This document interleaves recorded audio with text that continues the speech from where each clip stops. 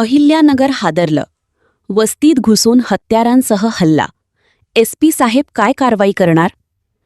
अहिल्यानगर जिल्ह्यातील देहरे गावात कायदा आणि सुव्यवस्थेचा प्रश्न पुन्हा एकदा ऐरणीवर आला आहे.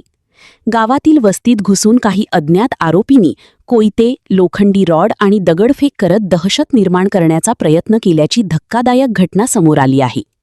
या हल्ल्यात एका व्यक्तीला गंभीर दुखापत झाली असून त्याच्यावर उपचार सुरू असल्याची माहिती मिळत आहे. अचानक झालेल्या या हल्ल्यामुळे संपूर्ण परिसरात भीतीचे वातावरण निर्माण झाले आहे. या घटनेनंतर जाधव कुटुंबीयांनी MIDC पोलीस स्टेशन गाठत न्यायाची मागणी केली आहे.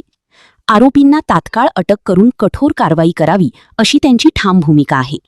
यासोबतच जर आरोपींवर तातडीने गुन्हा दाखल करून अटक करण्यात आली नाही तर संपूर्ण जाधव कुटुंब जिल्हाधिकारी कार्यालयासमोर आमरण उपोषण करणार असल्याचा इशाराही देण्यात आला आहे.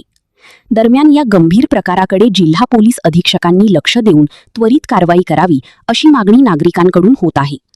आता पाहणं महत्त्वाचं ठरणार आहे की पोलीस प्रशासन या घटनेवर किती वेगाने आणि कठोर पावले उचलते. KNH न्यूज 24 साठी प्रवीण गायकवाड, अहिल्यानगर.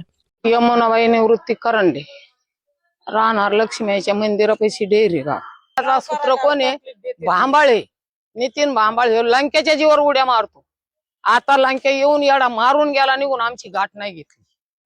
डेहऱ्या गावात याडा मारून निघून गेला आणि ह्यो भांबाळ आणि गावकरी दक्षता घेत नाहीत. गावकऱ्याला नाही काही, तुम्ही ग्रामपंचायती बंद पाडणार. आम्हाला भेवे रात्री बायांनी येऊन दगड मारली. इथून पोलीस लोक दखल घेत नाहीत. नाही झाले तर मी ह्या पोलीस चौकीला राखेल होतो, जळून खाक होणार. माझ्या 2 पोरी, मी घरी, आमचं कोणी नाही आणि आम्ही रोडच्या कडाला